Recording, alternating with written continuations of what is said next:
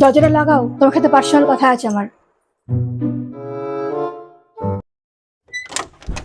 তুমি আমাকে শপিং করতে নিয়ে গেলে, তাই তো? শপিং করতে নিয়ে গেলে, হাজারটা দোকান ঘোরালে, দিয়ে কি হলো? একটা শাড়িও আমাকে তুমি দিলে না কিনে। দেখালে অনেক অনেক শাড়ি দেখালে, কিন্তু একটা শাড়িও দিলে না কিনে। তাহলে আমাকে শপিং করতে নিয়ে যাবার মানে কি? হ্যাঁ, তাহলে আমাকে শপিং করতে নিয়ে গিয়ে তুমি কি করলে? এত কিপটে, একটা শাড়িও দিল না কিনে। আর ওদিকে একটা আইসক্রিমের বাটি ধরিয়ে দিয়ে একদম সোজা নাচতে নাচতে চলে এলো আমাকে নিয়ে বাড়ি। আমার ওই বিরিয়ানি দেখে, বিরিয়ানি গন্ধ শুকে আমার এত বিরিয়ানি খেতে ইচ্ছে করছিল, তা না, বিরিয়ানি দিলই না, উল্টে আমাকে 10 টাকার একটা আইসক্রিম ধরিয়ে দিয়ে একদম বাড়ি নিয়ে চলে এলো। ধরো, আমি তোমাকে একটা স্পষ্ট কথা বলে দিচ্ছি আজকে, ঠিক আছে? স্পষ্ট কথাটা শুনে নাও। আমি আমি কিন্তু এভাবে আর সহ্য করবো না।